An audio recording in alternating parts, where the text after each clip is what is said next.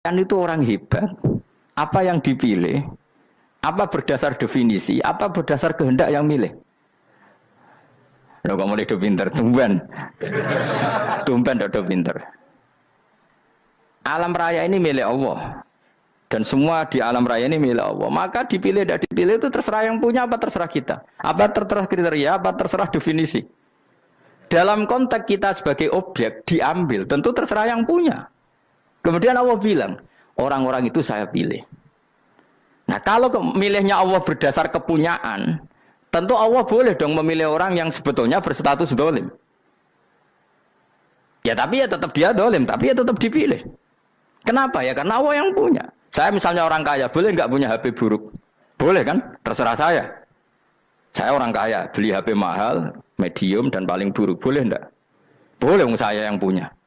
Nggak boleh, Gus, orang kaya harus beli HP yang mahal. Yang bilang harus siapa? Nah kegoblokan kita ini seperti ini. Nak wong sugih HP ini kudu larang. Nak wong alim kudu bojone ayu. Sing kudu darani kudu ayu ku sapa? Nak maji jalan nang dumdu swarga lho kudu iku sing swargane mbam tapi kudu. Nah, kita ini sering berpikir ngatur Tuhan. Komunitas Muslim terus Islam Indonesia kudu dadi sampling Islam seluruh apa? Dunia. Ya ora usah sombong ngono ya. Kowe tapi ya betul sepuro kan.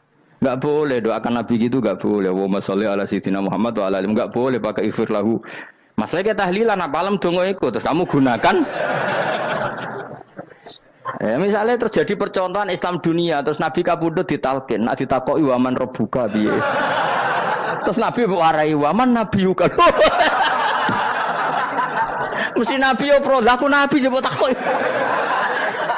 Jadi kita ini sering kumo luhur karena kita mayoritas terus jadi percontohan Ora usah ngono. Paham ya napa? Ndak usah ngono, mayoritas saya, tapi ora usah GR jadi apa? Percontohan internasional. Mungkin kalau masalah Islam damai ya bagus, tapi itu kan tidak hanya Indonesia.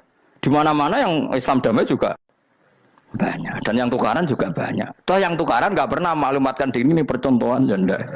Ya biasa saja. Saya ulang lagi ya.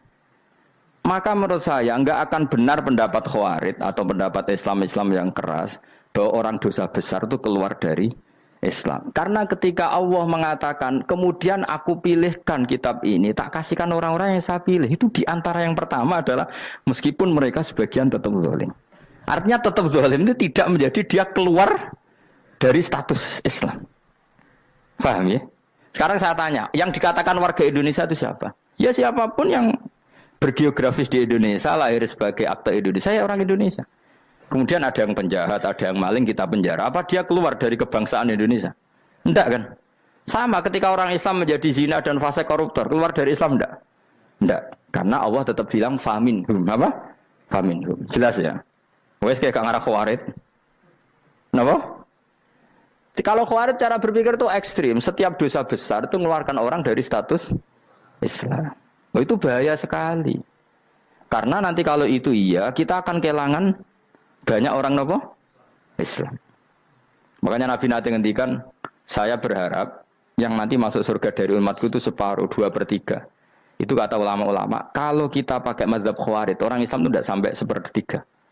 Karena banyak yang keluar dari Islam. Duwe keris gak Islam, duwe akeh gak Islam, nglakoni jimat gak Islam, nyekel patok gak Islam, dosa gede gak Islam, korupsi gak Islam.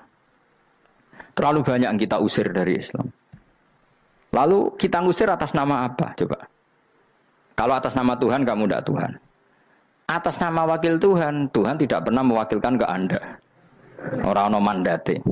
Yang kita tahu dari Quran ya ayat ini, tsumma awrasnal kitabal ladzina astafaina min ibadina. Kemudian kitab ini tak kasihkan orang-orang yang saya pilih, dan orang yang saya pilih itu faminhum zalimul li nafsi, dan sebagian dari itu adalah orang zalim, dan itu jelas bagian dari itu. Artinya keluar apa masuk? Keluar apa masuk? Masuk. Meskipun ya yang zalim tetap berstatus zalim, kayak warga Indonesia ini semua warga Indonesia. Paham ya? Yang maling ya tetap warga Indonesia, meskipun ya tetap maling. Jelas ya? Betulan ora gitu. Makanya ahli sunnah itu pendapatnya falam nukafir mu'minan bil wisri. Kita tidak akan mengkafirkan orang mukmin hanya karena melakukan dosa. Kenapa ya? Karena Allah bilang faminhum setengah sangking itu masuk bagian. Dan itu luar biasanya Allah disebut istofaina. Tetap orang-orang pilihan. Maka ini penting saya utarakan supaya kita ini tidak sok-sokan. Terus yang zalimul nafsi pun potensi dimaafkan sama Allah. Asal dia tobat, dan tobat itu sama Allah nggak ada batasnya. Malam yuhur kiri sampai apa? Nafas apa? Terakhir. Dan kadang orang itu sebetulnya nggak niat tobat, cuma ada perilaku tertentu sehingga dadian Allah itu simpati. Itu juga banyak yang diterima tobatnya Allah. Makanya kata ulama-ulama itu, istighfar itu tidak syarat diampuni. Yang menjadi orang terampuni itu kehendak Allah. Istighfar itu bagian kecil dari syarat-syarat itu. Bisa saja orang tanpa istighfar tapi diampuni Allah. Misalnya Allah dawuh, wa yaghfiru ma duna dzalika limay yasha. Itu bukan limay yastaghfir tapi limay yasha. Contoh masyhur kan, kamu pernah dengar kan ada orang nakal itu, mumisa itu ya kira-kira lonte atau apalah. Dia datang pulang ketika melihat anjing ngeleti pasir, dia berpikir ini kehausan kayak saya. Kemudian dia turun ke sungai memberi minum anjing itu, kemudian Allah memaafkan dia karena itu. Pas itu di semua hadis riwayatnya dia tidak pernah istighfar. Terlalu punya perilaku yang menjadikan dia diampun. Banyak enggak seperti itu? Banyak, makanya wa yaghfiru ma duna dzalika liman yasha. Mayasa itu ya yang digedaki Allah. Bisa saja kalian ini sering istighfar tapi enggak dimaafkan Allah. Tapi delala punya satu perilaku yang cara Allah itu penting, kemudian dimaafkan. Kayak Saharatu Fir'aun, itu dia tidak pernah istighfar, tukang sihir Fir'aun. Dia diampuni Allah, dikasih iman tuh gara-gara jadi wong Jogja. Terus ngono tok. Jadi pas mau duel adu sihir. Iku dalah dekne mendingan ya. Qalu ya Musa imma antulqiya wa imma annakuna nahnul mulkin. Monggo jenengan riyen napa kula riyen. Dadi gara-gara dekne didikan Jogja niku. Lah wong ape duel, mestinya tarung itu semakin cepat mengambil kesempatan kan semakin menang. Ini sudah jelas tarung. Ngapunten jenengan riyen napa. Lha iku pangeran itu terus simpati. Wong kok sopane ngono apa? Akhirnya Allah memberi iman gara-gara apa? Imma antulqiya wa imma annakuna nahnul mulkin. Monggo jenengan riyen. Lah Musa juga Allah juga enggak terima kalau nabinya kalah sopan. Sehingga Allah memerintahkan Musa adalah sopan. Mboten jenengan mawon. Jadi Nabi Musa qala bal alqu. Jadi Nabi Musa enggak jenengan riyen mawon. Jadi coba itu kan unik. Dia tidak ingin diampuni Allah, tapi adalah dia sebenarnya satu perilaku yang menjadikan Allah itu simpati, yaitu kesopanan dia dengan Nabi Musa. Imma antulqiya wa imma annakuna nahnul. Nabi Musa juga bilang qala bal alqumu go jenengan riyen mawon. Akhirnya sakar nggih nak ngoten. Makanya Firaun itu mangkelnya bukan main. Ketika pertunjukan itu akhirnya kan Saharatu Firaun kan kalah. Setelah kalah langsung iman. Maka kata Fir'aun, ini jelas Musa itu guru kamu. Cuma pura-pura saja kamu pro saya. Lah buktinya apa? Jare buktinya tadi monggo-monggonan gitu. Makanya Fir'aun bilang, innahu lakabirukumul ladzi 'allamakumus sihr. Wah, itu mesti Musa itu gurumu. Padahal dia enggak kenal sama sekali. Cuma gara-gara monggo-monggonan tadi itu akhirnya terus pikirannya Fir'aun, wah, mesti wis kenal suwi, mau gayane tok. Mergo gara-gara monggo jenengan riyen. Mboten monggo jenengan mawon.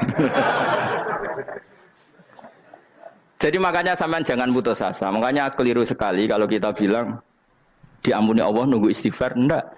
Tentu istighfar penting, kita sepakat. Istighfar itu penting, kita sepakat. Tapi itu tidak satu cara-caranya Allah untuk orang bisa diampuni. Nabi misalnya ngendikan ana wa kafilul yatim ka hatani fil jannah. Coba. Orang sering istighfar sama kafilul yatim, kira-kira surganya cepat mana? Cepat kafirul yatim meskipun enggak istighfar, boleh istighfar terus tapi medhit ra karuan. Tak jamin mlebu neraka, alamate medhit jelas ning neraka aku roh. Wis jelas. Al bakhilu qaribun minan nar, jelas alamatnya deket-deket situ lah, paham ya? Wis jelas as-sakhi qaribun minallah, qaribun minan nas, baidun minan nar. Nah al bakhil apa? Baidun minallah, baidun minal jannah, qaribun minan nar. Jadi wong medhit itu ya deket-deket situ alamatnya sudah jelas deket-deket neraka. Ana wa kafirul yatim kahateni fil. Berapa? Apa semua yang dimaafkan Allah Nabi nyebut syaratnya istighfar? Kebakitan fil bakhar. Orang alim itu otomatis dimintakan maaf oleh langit dan bumi sampai iwak ning laut. Mulane jendur aku sebab jangan istighfar. Aku sing istighfar is akeh sembrono. Langit bumi no. Mulane kula nu jarang istighfar bukan karena saya sombong, memanfaatkan istighfar mereka no. Dan saya yakin itu lebih mandi timbang istighfar saya. Koman fi samawati nglebokno Jibril, Mikail. Orang-orang keren apa makhluk-makhluk apa keren. Saya baru cari hadis yang wa innal muta'allim sing ijek belajar tapi belum ketemu. Nanti kalau ketemu tak kasih tahu apa? Karena hadisnya yang saya baca masih wa innal alim apa? Orang alim jadi agak ketat. Nah, nanti kalau sudah ketemu wa innal muta'allima. Wah, nanti dicari. Tapi pasti palsu kalau ada itu. Karena semua tagnya itu apa? Alim. Atau ya kamu alim dibanding yang di bawahnya. Ya semoga itu masuk apa? Jadi dibanding orang Papua kan harus alim. Saya ulang lagi ya, ini penting sekali. Jadi latihlah jangan punya gerakan takfiri orang lain dianggap kafir, orang lain dianggap kafir karena Allah tidak pernah mengusir hambanya.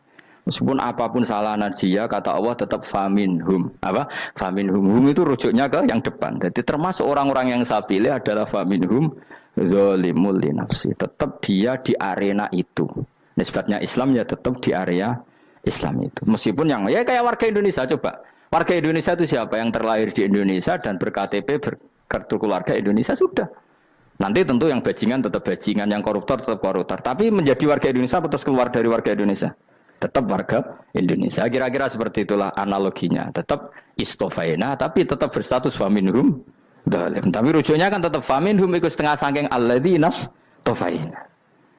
Mulane ngaji sing tenanan. Kowe ora usah anut khawarit. Khawarit itu apa? Ngamukan. Sidik-sidik wong liya salah itu apa-apaanan. Loh saya juga mangkel be wong dolim. Semua orang soleh mangkel be wong dolim. Tapi ya dihukum saja. Misalnya dalam Islam ada kisos, ada had.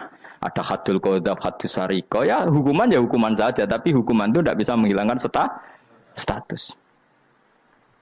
Ya sama seperti manusia tetap manusia, meskipun apapun dia ya manusia. Ya tadi misalnya manusia itu siapa? Ya manusia itu ya manusia. Terus kamu bikin orang yang standar ideal manusia adalah yang berperilaku baik, yang nggak pernah salah. Kemudian kalau Zaid itu maling berarti tidak manusia. Terus barangnya apa? Ketek. Tidak bisa, makanya kembali lagi dinul aja. Kamu bikin definisi manusia itu tidak usah seangkuh itu.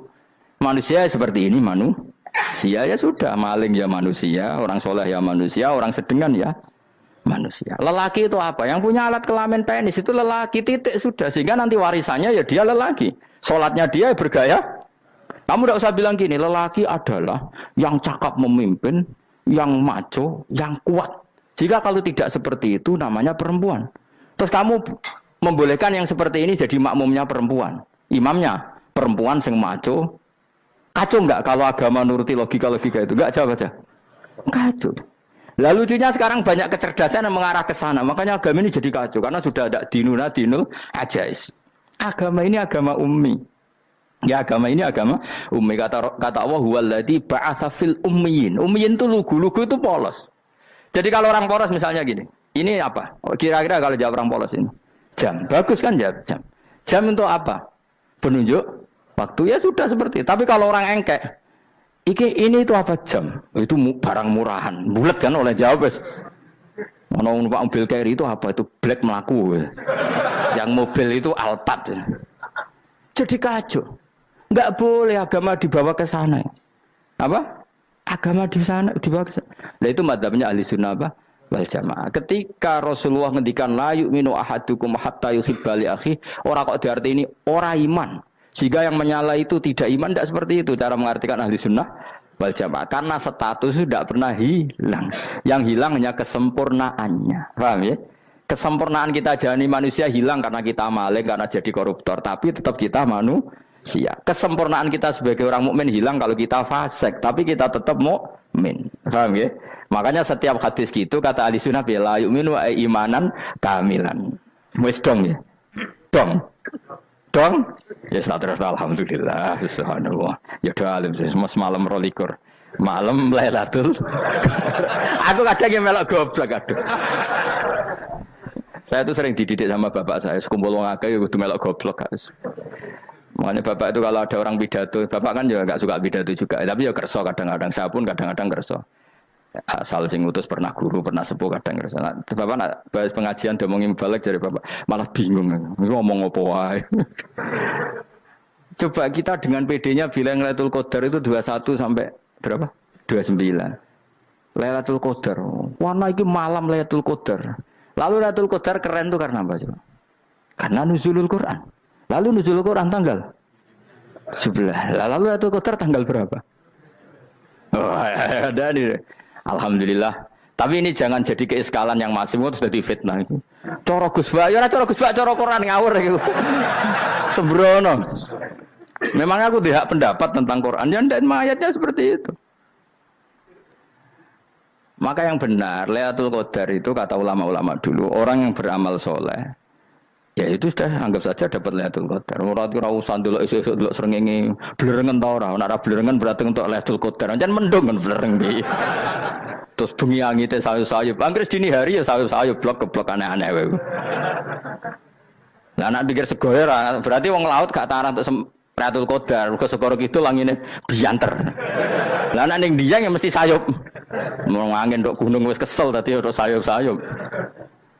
Gawe ukuran ojo ngono, gawe ukuran ngono rak wong Dieng luwih ngrasa entuk Lailatul Qadar timbang wong segoro kidul. Go segoro kidul angine apa? Buanter. Padahal alamate piye? Sayup-sayup. Mana-mana. Maksudnya alamat ngono iku ora ngono, maksudnya ayat iku Kanjeng Nabi mbadhawuh ngono, maksudnya ora ngono. Wes dong ya. Ayo Lailatul Qadar tanggal aku seneng wong bodho. Kowe enak urip wis happy no? Happy. Ya saya ulang lagi ya. Jadi kejati dirian itu tidak bisa hilang dengan standar keidealan. Yang hilang itu standar apa? Keidealan. Misalnya kita maling, ya eman lah sebagai orang mukmin kok maling. Warga Indonesia kok kriminal tuh eman, tapi dia tetap orang Indonesia. Orang Islam tetap Islam meskipun dia fasik. Sebab itu Allah ngendikan faminhum zalimul linafsi. Sebagian dari orang yang saya pilih dia adalah orang dolim. Ya dolim saja. Kamu jangan kamu katakan kafir. Ya dolim saja. Dolim kira-kira maknanya kurang ajar, kacau, kriminal. Tapi kan tetap dia orang Indonesia.